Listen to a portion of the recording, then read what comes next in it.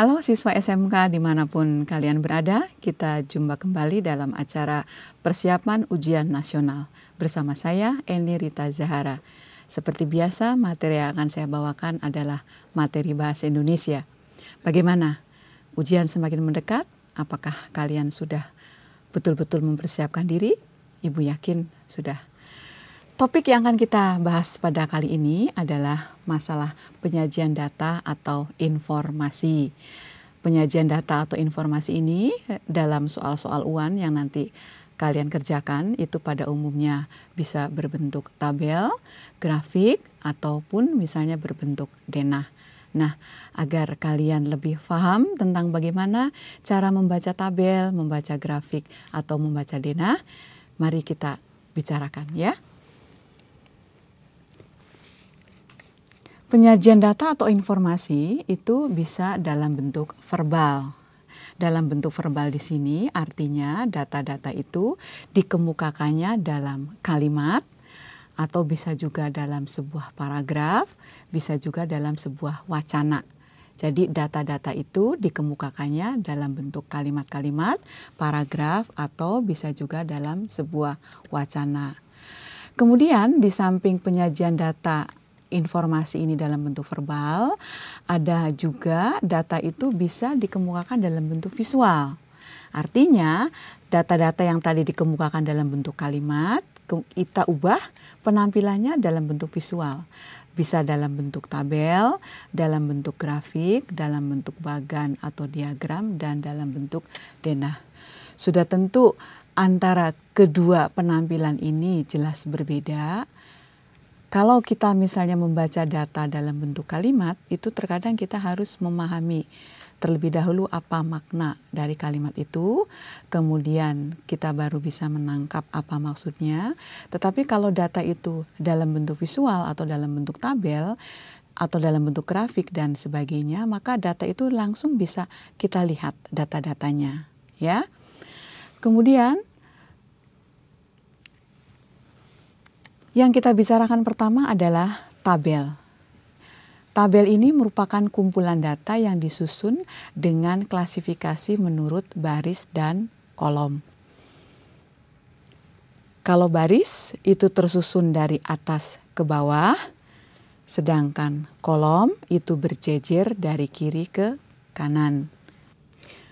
Anak-anak, sekarang kita perhatikan bagaimana cara membaca tabel, ya. Langkah yang pertama, kita baca dulu judul. Jadi judul dari tabel itu.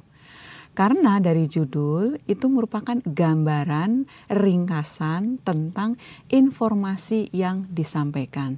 Jadi dengan membaca judul, kita bisa mengetahui gambaran secara ringkas dari informasi yang akan disampaikan.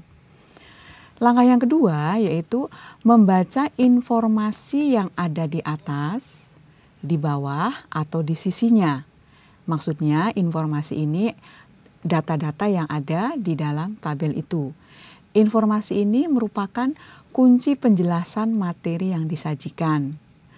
Informasi itu bisa berupa urutan tahun, persentase, atau angka-angka.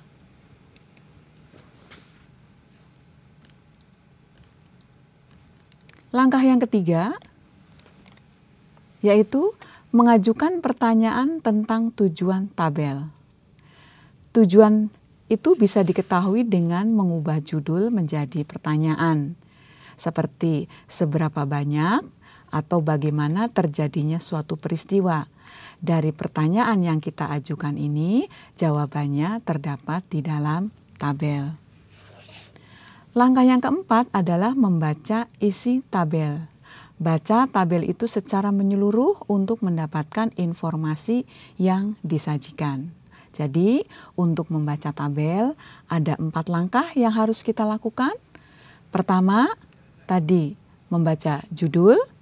Kemudian yang kedua, membaca informasi yang ada di dalam data-data. Ketiga, mengajukan pertanyaan. Dan yang keempat, membaca isi tabel secara keseluruhan.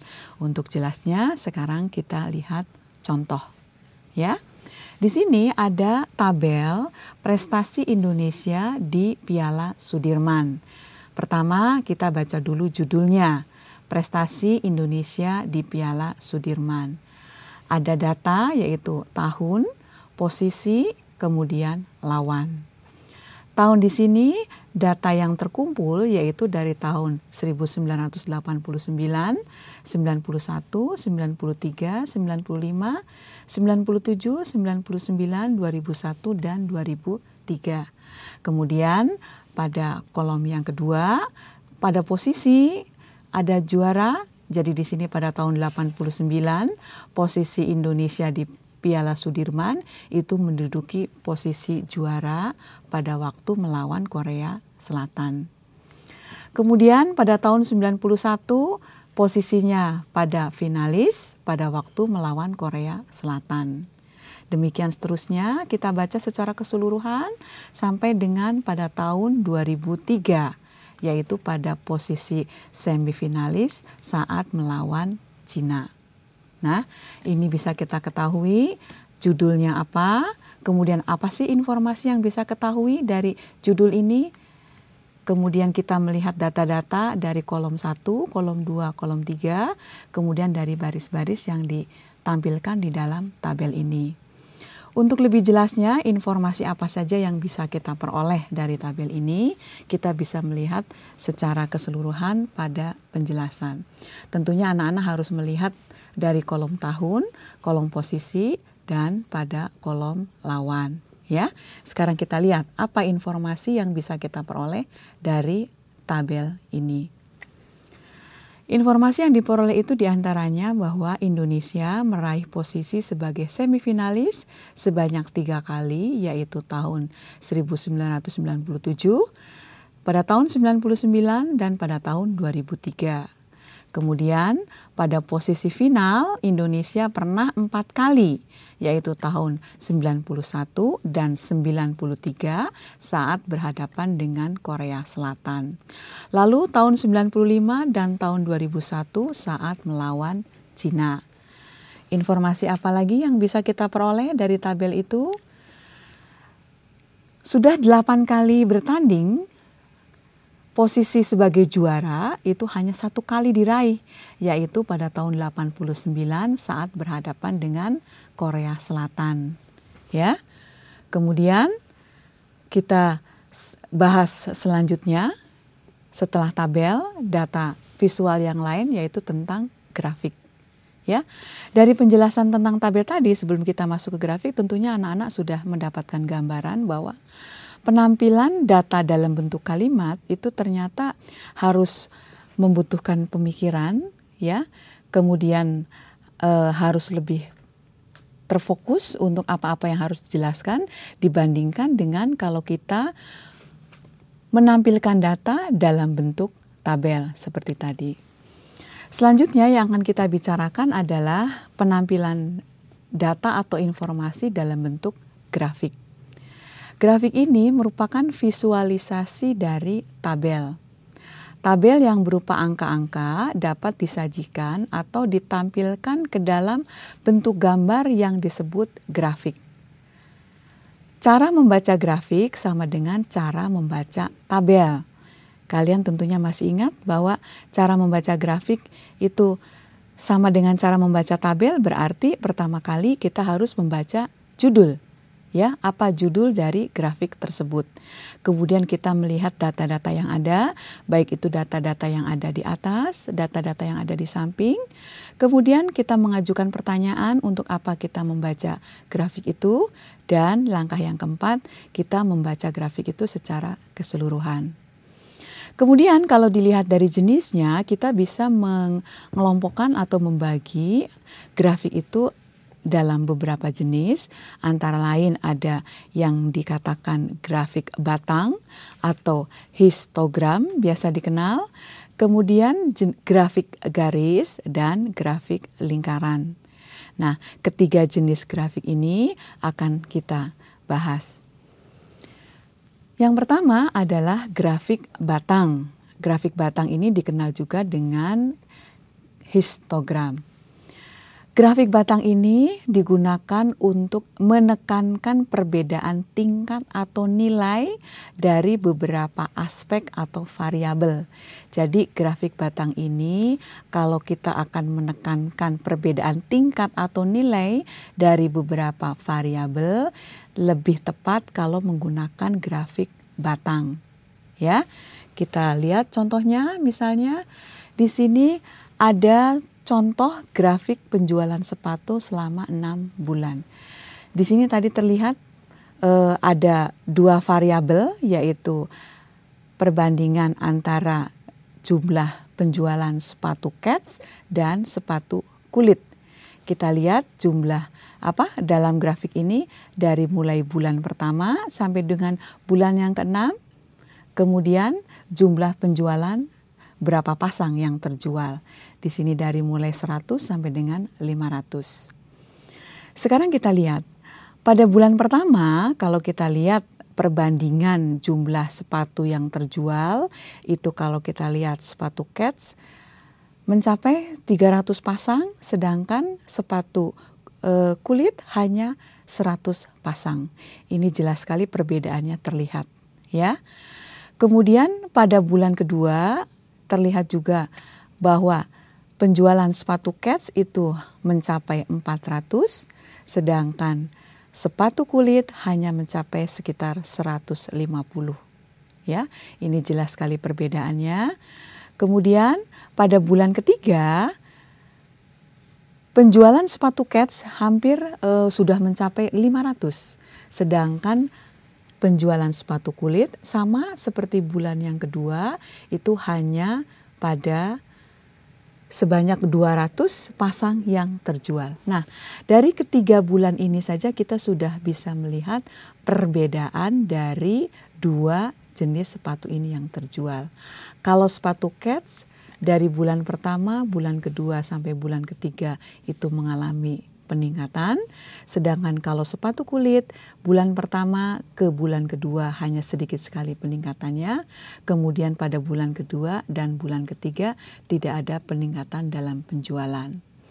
Kemudian kalau kita lihat pada bulan yang keempat, ini grafiknya grafik penjualannya mengalami penurunan, ya. Anak-anak bisa lihat di sini misalnya pada bulan ketiga yang tadinya mencapai 500, pada bulan keempat ini turunnya drastis sekali, yaitu hampir hanya sekitar 250 yang terjual, ya. Sepatu kets mengalami penurunan, demikian juga dengan sepatu kulit. Kembali seperti pada penjualan bulan pertama, yaitu hanya sekitar 150. Kemudian pada bulan kelima, sepatu kulit mengalami sedikit kenaikan, sedangkan sepatu kulit tidak mengalami kenaikan. Kemudian pada bulan ke-6, sepatu kets penjualannya mengalami penurunan, ya. Ini sama seperti pada bulan yang keempat, sedangkan sepatu kulit tetap sama, tidak ada kenaikan. Nah, informasi secara jelas dari penjualan sepatu kets atau sepatu kulit dalam 6 bulan ini kita lihat pada penjelasan selanjutnya. Sepatu kets lebih banyak yang terjual daripada sepatu kulit. Tentunya anak-anak tadi sudah melihat datanya bahwa sepatu kets ini lebih banyak yang terjual. Kemudian dari bulan pertama sampai dengan bulan ketiga, penjualan sepatu kets terus meningkat. Seperti tadi yang terlihat di dalam tabel. Kita lihat dari bulan pertama sampai dengan bulan ketiga itu senantiasa meningkat. Kemudian penjualan sepatu kets paling tinggi terjadi pada bulan ketiga, yaitu sebanyak 500 pasang. Seperti kalian ketahui tadi, pada bulan ketiga itu yang paling tinggi yaitu sekitar 500 pasang. Kemudian informasi selanjutnya, pada bulan keempat penjualan sepatu kets menurun secara tajam, hanya 200 pasang yang terjual. Kemudian penjualan sepatu kulit pada bulan pertama sebanyak 100 pasang, ya.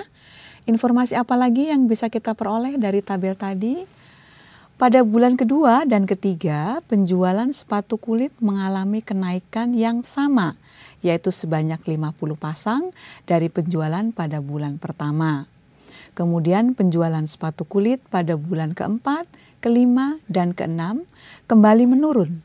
jumlah yang terjual sama dengan pada bulan yang pertama, yakni 100 pasang. Nah, itu informasi yang bisa kita dapatkan dari tabel penjualan sepatu kulit dan sepatu cat selama 6 bulan. Bagaimana? Kalau misalnya kita melihat grafik penjualannya, kalau dilihat dengan secara visual, kita langsung bisa mengetahui grafik perkembangannya. Tapi kalau kita membaca dalam bentuk uraian atau dalam bentuk kalimat, ini sudah barang tentu memerlukan pemikiran, kemudian kalian juga harus lebih teliti untuk menjelaskannya. Jadi lebih mudah kalau kita menggunakan atau menggambarkan satu data informasi dalam bentuk visual. Kita masih ada beberapa lagi yang akan kita bicarakan, yaitu grafik garis, kemudian grafik lingkaran, tentunya akan kita bicarakan setelah jeda yang berikut ini. Ya, kita lanjutkan kembali nanti.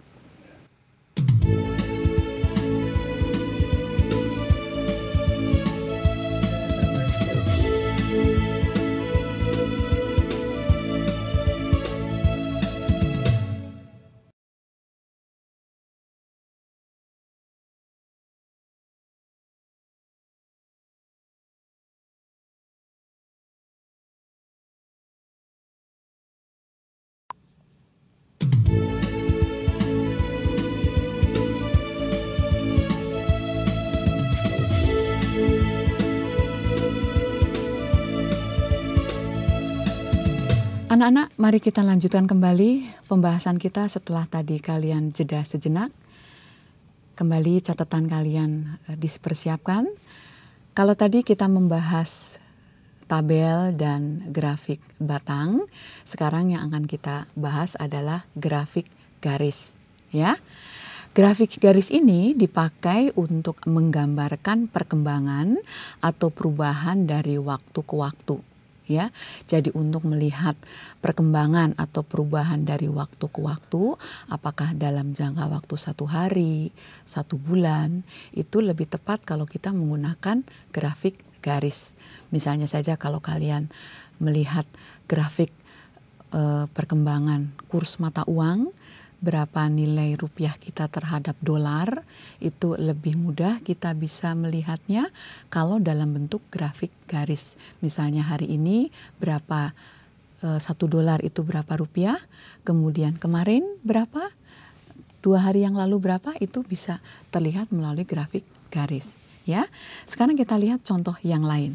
Jadi kita tekankan kembali kalau grafik garis itu digunakan untuk menggambarkan perkembangan atau perubahan dari waktu ke waktu. Misalnya di sini kita lihat contoh grafik produksi gabah di daerah X pada tahun 1999, ya. Karena dalam kurun waktu 1 tahun itu berarti diawali dari bulan Januari, kemudian berakhir sampai dengan bulan Desember. Kemudian berapa banyak produksi yang dihasilkan oleh daerah tersebut, kita lihat dalam jumlah ton. Di sini dimulai dari 20 ton, 40, kemudian sampai ke 120 ton.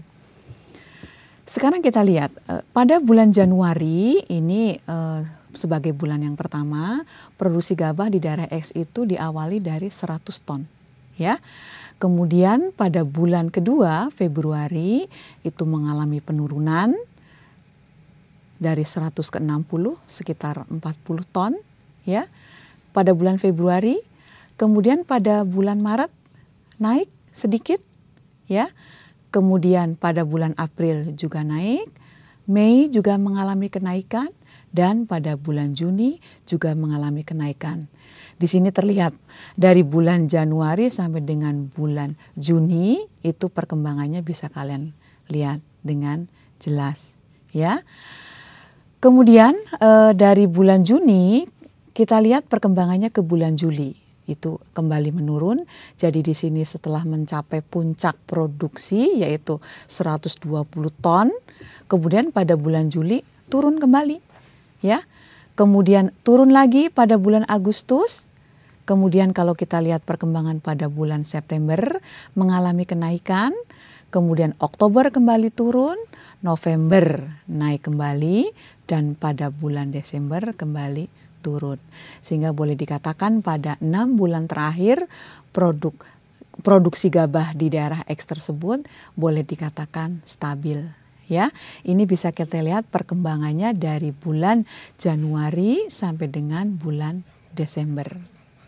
Kemudian ini kita bisa yang kita lihat ini adalah gambaran secara visual, ya.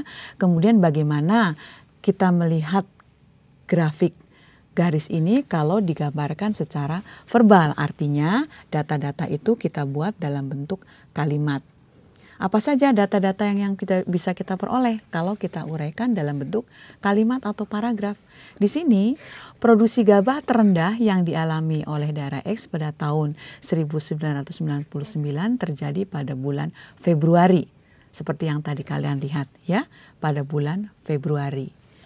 Kemudian, produksi gabah tertinggi dicapai oleh daerah X pada bulan Juni, yaitu sebanyak 1.120 ton, ya, jadi tertinggi pada bulan Juni. Kemudian setelah produksi menurun pada bulan Februari, 4 bulan berikutnya mengalami peningkatan, ya. Kemudian selama 6 bulan terakhir pada tahun 99, produksi gabah di daerah X relatif stabil, seperti yang kita lihat tadi di dalam gambar. Pada 6 bulan terakhir, yaitu pada bulan Juni ya sampai dengan bulan Desember dikatakan relatif stabil. Kemudian informasi yang lain yang seperti tadi sudah kita bicarakan bahwa di samping uraian visual dalam bentuk grafik garis, kemudian kita juga bisa melihat bahwa grafik itu bisa dibuat dalam bentuk lingkaran. Ya, sudah tentu kita menggunakan grafik lingkaran ini gunanya untuk apa? Jelas berbeda dengan penggunaan grafik garis. Kalau grafik lingkaran ini digunakan untuk menggambarkan presentasi dari nilai total. Ya, jadi kalau nilai totalnya misalnya 100%, kemudian dari 100% itu digunakan untuk apa saja? Ya, berapa persen untuk bagian A, berapa persen untuk bagian B, berapa persen untuk bagian C, sehingga nanti nilai totalnya mencapai 100%. Ya, sekarang kita lihat contoh. Di sini misalnya contoh olahraga yang diminati pelajar SMK Ibu Pertiwi. Di sini anak-anak bisa melihat bahwa jenis olahraganya itu ada 5. Ada lain-lain di sini ini di luar bulu tangkis, voli, bola basket, dan sepak bola. Bisa saja dalam bentuk olahraga renang, atau catur, atau atletik, dan olahraga yang lain. Di sini kalau kita lihat di dalam grafik lingkaran ini, olahraga lain-lain itu hanya mencapai 10%. Ya. Kemudian bulu tangkis yang berminat sekitar 15%. Kemudian bola voli 25%, bola basket sebanyak 20%, dan sepak bola sebanyak 30%. Di sini anak-anak bisa melihat perbandingan dari masing-masing cabang olahraga yang diminati oleh siswa atau para pelajar yang ada di SMK Ibu Pertiwi. Nah, sekarang kalau kita jumlahkan dari masing-masing bidang olahraga itu sudah tentu jumlahnya mencapai 100%. Ya. Ini data yang kita lihat secara visual. Penggambarannya seperti ini. Sekarang bagaimana kalau data yang kita peroleh ini digambarkannya dalam bentuk verbal atau dalam bentuk kalimat? Informasi apa saja yang bisa kita peroleh? Ya, kita lihat. Informasi yang diperoleh antara lain sepak bola merupakan olahraga yang paling banyak peminatnya, yakni sebanyak 30%, seperti tadi yang terlihat di dalam gambar. Kemudian olahraga lain-lain ini bisa diisi renang atau atletik, adalah olahraga yang kurang diminati. Anak-anak masih ingat berapa jumlah persentasinya? Ya, 10%. Ya. Kemudian peminat bola voli lebih banyak daripada bola basket. Apakah betul bola voli lebih banyak daripada bola basket? Coba kita lihat kembali. Peminat bola voli 25% itu lebih banyak daripada peminat bola basket lebih banyak daripada peminat bola voli. Di sini bola voli sebanyak 25%, bola basket sebanyak 30%. Kemudian jumlah peminat bulu tangkis dan bola basket sebanding dengan jumlah peminat bola voli dan olahraga lain-lain. Ya, jadi kalau dibandingkan antara peminat bulu tangkis dan bola basket itu kalau dibandingkan jumlahnya sama dengan peminat bola voli dan olahraga lain-lain. Berapa jumlahnya kalau kita bandingkan? Itu sama-sama 40%. Ya, di sini antara olahraga lain-lain dengan yang keempat 40, kemudian ini antara bulu tangkis dengan bola voli juga sama-sama 40%. Ya. Kemudian selanjutnya yang kita bicarakan yaitu bagan dan diagram. Ya, bagan dan diagram ini digunakan untuk penyajian langkah atau proses kerja atau perincian yang bertingkat. Jadi kalau misalnya kalian akan menjelaskan tentang proses kerja atau cara pembuatan sesuatu, itu lebih tepat atau tepatnya kalau kita menggunakan bagan atau diagram. Kemudian bagan atau diagram ini juga digunakan kalau kita akan menyajikan data antar bagian dari suatu struktur. Penyajian antar bagian dari suatu struktur, misalnya saja struktur suatu organisasi, kedudukan dari satu sekolah, misalnya dalam satu sekolah itu kan ada kepala sekolah, ada wakil, kemudian juga ada guru-guru, kemudian ada siswa, bagaimana strukturnya, ya, atau struktur kepengurusan dalam OSIS itu lebih jelas kalau kita menggunakan bagan atau diagram. Di sini sebagai contoh, Ibu akan memperlihatkan bagaimana proses pembuatan minyak kelapa. Tentunya anak-anak sudah mengetahui bahwa pembuatan minyak kelapa itu apa saja bahannya yang diperlukan, ya. Karena di sini minyak kelapa ya sudah tentu bahannya kita harus ada kelapa terlebih dahulu, ya. Kemudian kita juga menyiapkan peralatan. Sekarang kita lihat, ya. Di sini kita pertama kali menyiapkan bahannya yaitu kelapa. Kemudian ada juga peralatan apa saja yang diperlukan kalau kita akan membuat minyak kelapa. Sudah tentu ada parutan, kemudian ada alat pembakarnya seperti kompor atau alat untuk merebusnya, kita memerlukan panci dan seterusnya. Sekarang dari tahap yang pertama, kelapa itu kita parut, ya, nanti hasilnya berupa parutan kelapa. Kemudian parutan kelapa ini langkah selanjutnya kita buat santan. Ya, dari santan ini kemudian sudah jelas kalau santannya sudah diambil, itu ada ampas atau sisa pembuangan dari parutan kelapa. Ampas ini yang tidak kita pakai, sekarang dari santan ini yang akan kita jadikan minyak. Ya, santan yang sudah kita buat, yang sudah ada, kemudian dengan menggunakan peralatan yang ada, sudah tentu dimasukkan ke dalam panci dan sebagainya, itu dipanaskan di atas api. Ya, santan yang dipanaskan di atas api itu lama-kelamaan akan berubah menjadi minyak kelapa.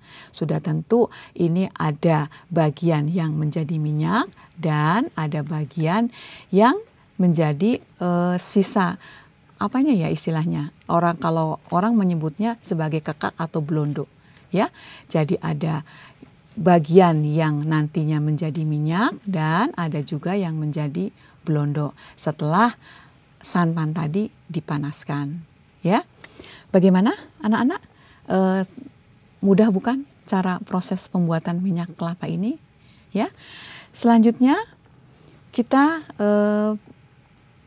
lihat pada penjelasan bagaimana kita membuat peta dan denah. Ya, peta dan denah itu jelas berbeda.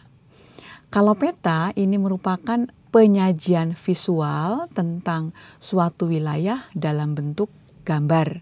Jadi kalau peta itu penyajian visual dari suatu wilayah, wilayah mana yang akan kita buat gambarnya itu dibuat dalam bentuk peta. Ya, misalnya wilayah satu daerah tempat tinggal kalian, misalnya di Kabupaten Banten atau misalnya di Kabupaten Cirebon, itu dibuatkan petanya, ya. Kemudian kalau denah ini merupakan penyajian suatu tempat atau ruangan dalam bentuk gambar, ya. Kita menggunakan denah kalau kita akan menyajikan suatu tempat atau ruangan, ya. Misalnya saja tempat apa yang bisa dijadikan denah? Misalnya kalau kalian akan berkunjung ke tempat teman atau berkunjung ke rumah saudara, kemudian tidak tahu di mana tempatnya, maka kita bisa buat dalam bentuk denah, ya. Kemudian peta dan denah ini biasanya menggunakan skala tertentu, ya. Sebuah peta atau denah bisa bersatuan sentimeter. Jika bersatuan sentimeter, maka kalau kita lihat skala perbandingannya, jika skala 1 berbanding 100, itu artinya 1 cm dalam peta atau dalam denah itu mewakili 100 cm atau 1 meter dalam keadaan yang sebenarnya, ya. Kemudian kalau skalanya 1 berbanding 1000, ini artinya dalam 1 cm peta atau denah itu mewakili 1000 cm atau 10 meter keadaan yang sebenarnya, ya. Kemudian agar kita tidak salah arah, maka di dalam peta dan denah itu biasanya kita menggunakan penunjuk arah. Tanda arah ini adalah menggunakan arah mata angin. Biasanya kita menggunakan U, ya. U itu untuk utara dan S untuk arah selatan. Ya. Jadi yang patut diingat untuk peta dan denah ini bahwa kalau peta untuk menggambarkan satu wilayah, kalau denah itu untuk menggambarkan suatu tempat. Agar tidak salah arah, kita menggunakan penunjuk arah.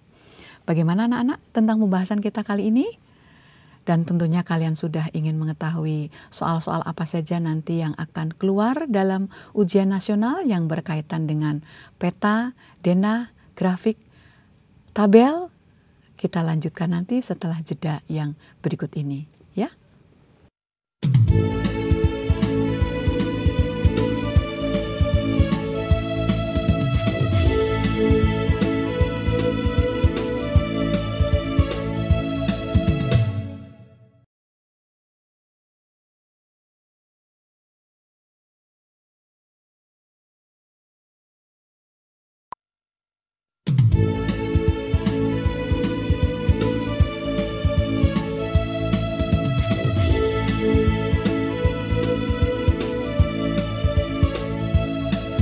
Anak-anak SMK dimanapun kalian berada, kita jumpa lagi pada segmen yang ketiga kali ini, yaitu pada pembahasan soal-soal.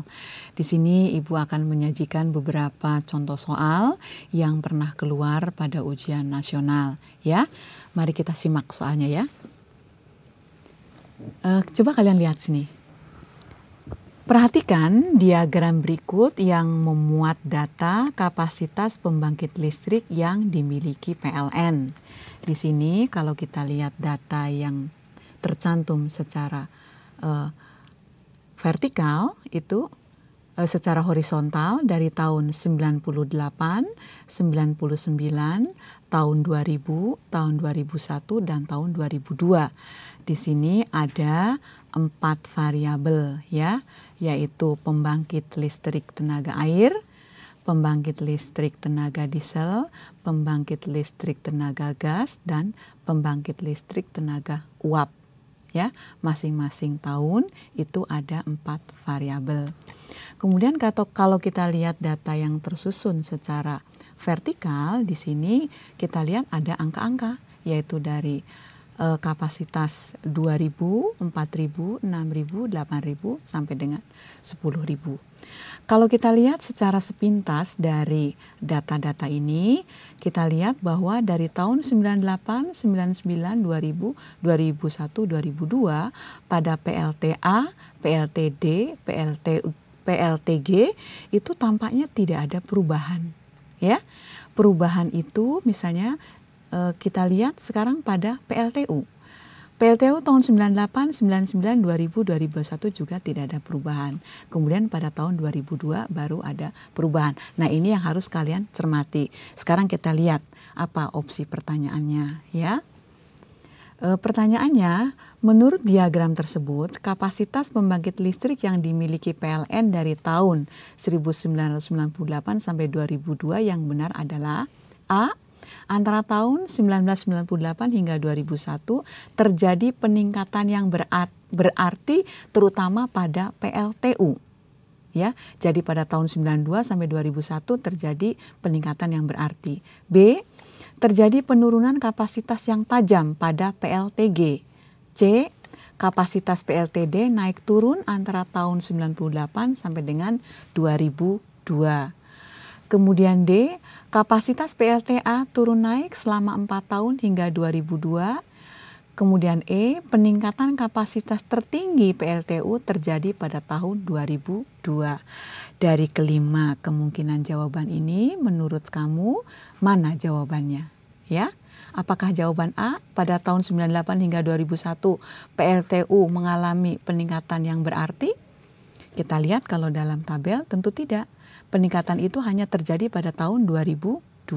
Berarti jawaban A tidak, ya. Kemudian terjadi penurunan kapasitas yang tajam pada PLTG. Seperti kalian ketahui tadi, PLTG tidak mengalami kenaikan ataupun penurunan jadi tetap. PLTD juga tidak naik atau turun, di sini naik turun antara tahun 98 2002, tidak naik turun tetapi tetap. Kemudian PLTA juga turun naik selama 4 tahun, ya, bukan tidak mengalami turun naik tetapi tetap. Kemudian peningkatan kapasitas yang tertinggi itu seperti kalian ketahui yaitu pada tahun 2002. Jika demikian maka kalian sudah mengetahui kalau soal yang pertama tadi jawabannya adalah E. Sekarang kita lihat ya, apakah betul? Kapasitas pembangkit yang dimiliki PLN yang mengalami peningkatan kapasitas tertinggi yaitu hanya pada PLTU, yaitu tahun 2002. Sedangkan pada pembangkit yang lain tidak mengalami peningkatan, ya. Sehingga untuk soal yang pertama jawabannya adalah E. Bagaimana? Kita lanjutkan kembali dengan soal yang kedua. Soal yang kedua di sini ada proses. Ya, ingat proses itu menjelaskan langkah-langkah tentang proses satu kerja atau proses pembuatan sesuatu. Perhatikan bagan di bawah ini, itu bunyi perintah soalnya. Di sini anak-anak bisa melihat proses pembuatan telur asin. Di sini ada telur itik, kemudian telur itik ini disortir, dicuci, kemudian dilap atau dikeringkan. Langkah selanjutnya, telur itu direndam dalam bubuk bata yang bergaram. Setelah itu diangkat, kemudian dilap dan dibersihkan. Setelah dibersihkan, baru direbus. Nah, setelah direbus ini, maka telur itu sudah siap dipasarkan. Sudah tentu dipasarkannya sudah dalam bentuk telur asin, ya. Menurut bagan di atas, pembuatan telur asin mulai dari penyiapan telur hingga siap dikonsumsi atau dipasarkan itu melalui tahapan apa saja? Ya, apakah A, penyortiran, perendaman, pembersihan, atau perebusan? Apakah tahap ini? Atau B, penyortiran, pencucian, pengeringan, perendaman, pembuatan garam, pembersihan, kemudian perebusan? Atau C, penyortiran dan pembersihan, kemudian penggaraman, pembersihan kembali, dan perebusan? Atau proses yang D, penyortiran, pencucian, pengeringan, perendaman, penggaraman, pembersihan, atau perebusan. Atau misalnya jawaban E, penyortiran dan pencucian, perendaman, pengangkatan, kemudian perebusan. Nah, dari kelima kemungkinan jawaban ini, mana jawaban yang tepat untuk proses pembuatan telur asin? Kita lihat. Kalau kita penyortiran, pencucian, perendaman ini tidak tepat, ya. Kemudian langkah D juga sama, tidak tepat. Sekarang kita lihat langkah C, penyortiran dan pembersihan. Tadi setelah disortir, dipilih telurnya, kemudian dibersihkan. Setelah dibersihkan dalam proses perendaman penggaraman, kemudian dibersihkan kembali, baru direbus. Ini langkah C merupakan langkah seperti yang diminta di dalam tabel proses tadi. Ya, jadi untuk menjawab pertanyaan ini, kalian sudah tahu bahwa jawabannya adalah C. Karena kalau kita lihat kemungkinan jawaban B juga tidak seperti itu. Ya, penyortiran, pencucian, pengeringan, perendaman, pembuatan garam, pembersihan, perebusan. Demikian juga dengan jawaban A. Ya, jadi yang tepat sesuai dengan gambar tadi, prosesnya itu adalah jawaban C. Sekarang kita lihat. Tahapan pembuatan telur asin diawali dari penyortiran telur, kemudian pembersihan, direndam dalam bubuk bata yang bergaram, setelah itu dibersihkan kembali dan akhirnya direbus. Seperti telah kalian ketahui tadi bahwa jawabannya adalah C. Ya, Ibu masih memiliki soal yang lain tentang tabel kali ini, ya. Coba kalian perhatikan apa yang ditanyakan di dalam tabel ini. Kita lihat ya. Hasil penelitian terhadap penggunaan ekstrak tulang rawan ikan hiu pada pasien kanker ganas di 5 rumah sakit di Cina tergambar dalam tabel berikut. Penyakit kanker hati itu 63,36% pemulihannya. Pankreas 66,60%.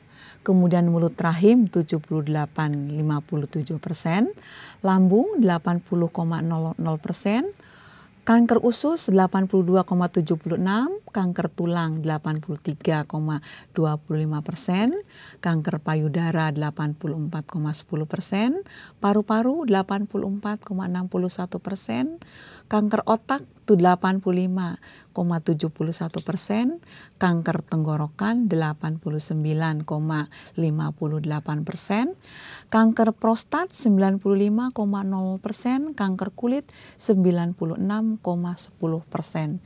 Jadi ternyata di sini yang penyembuhannya mencapai hampir 100% itu adalah pada kanker kulit, ya. Sekarang kita lihat apa pernyataannya. Tabel di atas antara lain dapat dijelaskan seperti di bawah ini, kecuali A. Ekstrak tulang rawan ikan hiu sangat bagus untuk pengobatan kanker kulit dan prostat. Apakah ekstrak tulang rawan ikan hiu ini bisa untuk pengobatan kanker kulit dan prostat seperti yang kalian lihat dalam tabel? Ya, ternyata ada. Berarti jawabannya A itu betul. Sekarang B.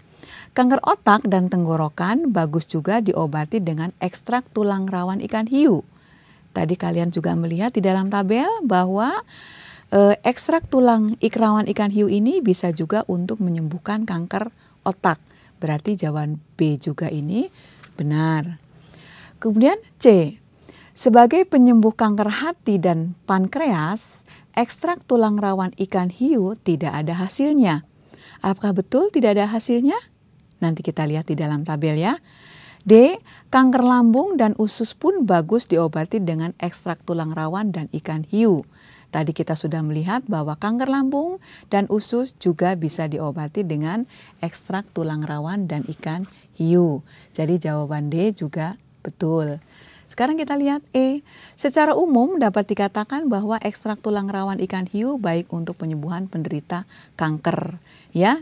Di sana di dalam tabel seperti kalian lihat bahwa banyak sekali jenis-jenis penyakit kanker yang bisa disembuhkan dengan menggunakan ekstrak tulang rawan ikan hiu. Sekarang kita lihat mana kemungkinan jawabannya. Tadi kita mengindikasikan atau menduga jawaban C yang tidak termasuk di dalam manfaat dari ekstrak tulang rawan. Kita lihat kanker hati dan pankreas itu termasuk yang tidak ada hasilnya kalau kita menggunakan ekstrak tulang rawan. Kita lihat di dalam tabel apakah betul tidak ada hasilnya. Hati dan pankreas ternyata ada hasilnya. Untuk hati sebanyak 63,36, untuk pankreas sebanyak 66,60%. Jadi untuk pernyataan ini jawabannya adalah C, ya. Kita lihat pembahasannya, betul, ekstrak tulang rawan ikan hiu dapat juga digunakan untuk menyembuhkan kanker hati sebanyak 63,36% dan kanker pankreas sebanyak 66,60% tingkat pemulihannya. Jadi jawabannya adalah C. Kemudian kita lanjut ke soal selanjutnya. Ini ada hasil jajak pendapat dari salah satu media. Jajak pendapat itu menanyakan apakah cepatnya pihak polisi menemukan pelaku pemboman. Menurut Anda, apakah mereka itu benar-benar pelaku peledakan? Ya, kemudian kita lihat hasilnya. Hasilnya ini dibuat dalam bentuk grafik lingkaran. Yang menyatakan ya dari hasil jejak pendapat itu sebanyak 17,03%. Untuk tidak sebanyak 6,21% dan yang masih meragukan sebanyak 76,75%. Pertanyaannya adalah diagram lingkaran tersebut menyatakan bahwa A. Masyarakat meragukan terhadap kebenaran pelaku yang telah ditangkap. B. Polisi percaya penuh terhadap kebenaran pelakunya. C. Masyarakat tidak percaya sama sekali. Dan D. Masyarakat tidak mempunyai pendapat. E. Masyarakat percaya penuh tentang kebenaran pelakunya. Nah, dari 5 opsi jawaban ini, mana jawaban yang tepat? Ya, dari tabel kita lihat bahwa masyarakat masih meragukan. Ya, jadi kalau kita lihat opsi jawabannya adalah jawabannya A. Masyarakat meragukan terhadap kebenaran pelaku. Kita lihat pembahasannya. Jawabannya A. Masyarakat meragukan kebenaran pelaku yang telah ditangkap. Dalam diagram ditunjukkan dalam persentase sebanyak 76,75%. Bagaimana anak-anak? Kita lanjutkan kembali dengan soal selanjutnya ya. Agar semakin banyak pengetahuan kita tentunya untuk memudahkan kalian dalam menjawab soal-soal UAN nanti. Perhatikan grafik di bawah ini ya. Di sini tentang grafik produksi telur ayam di peternakan usaha mandiri selama 5 hari awal produksi. Di sini dijelaskan dari hari pertama, hari kedua, hari ketiga, hari keempat sampai dengan hari kelima. Kemudian berapa jumlah produksinya dari mulai 500 sampai dengan 1000. Hari pertama 525, kemudian hari kedua 725.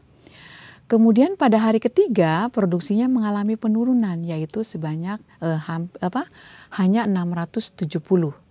Kemudian pada hari keempat mengalami kenaikan sebanyak 880.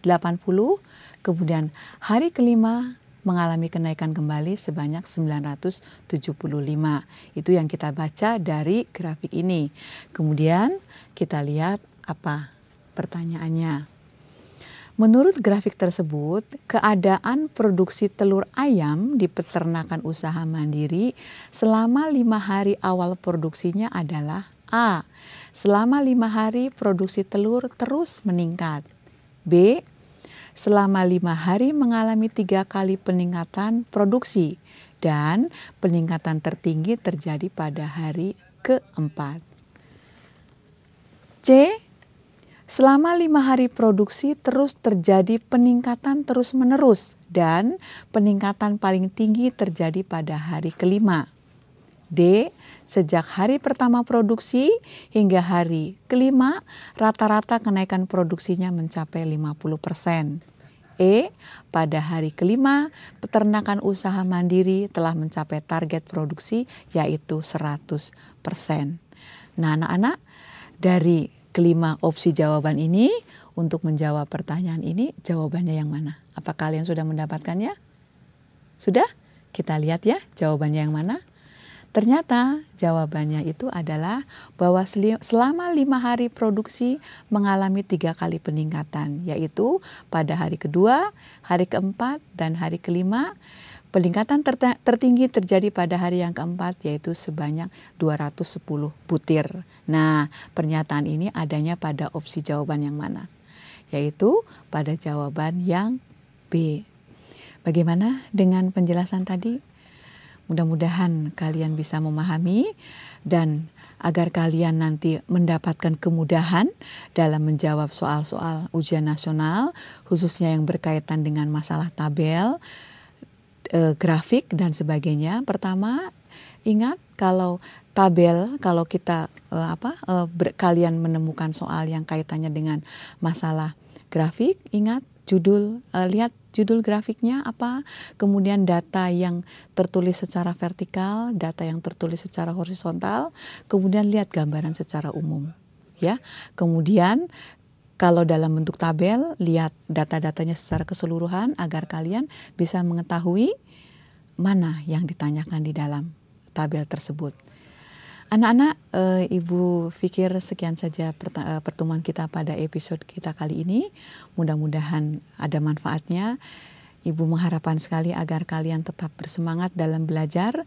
Jangan pernah bosan untuk bertanya kepada guru jika kalian menemukan hal-hal yang sekiranya sulit, atau misalnya berdiskusi dengan teman-teman untuk mendiskusikan materi-materi yang lainnya.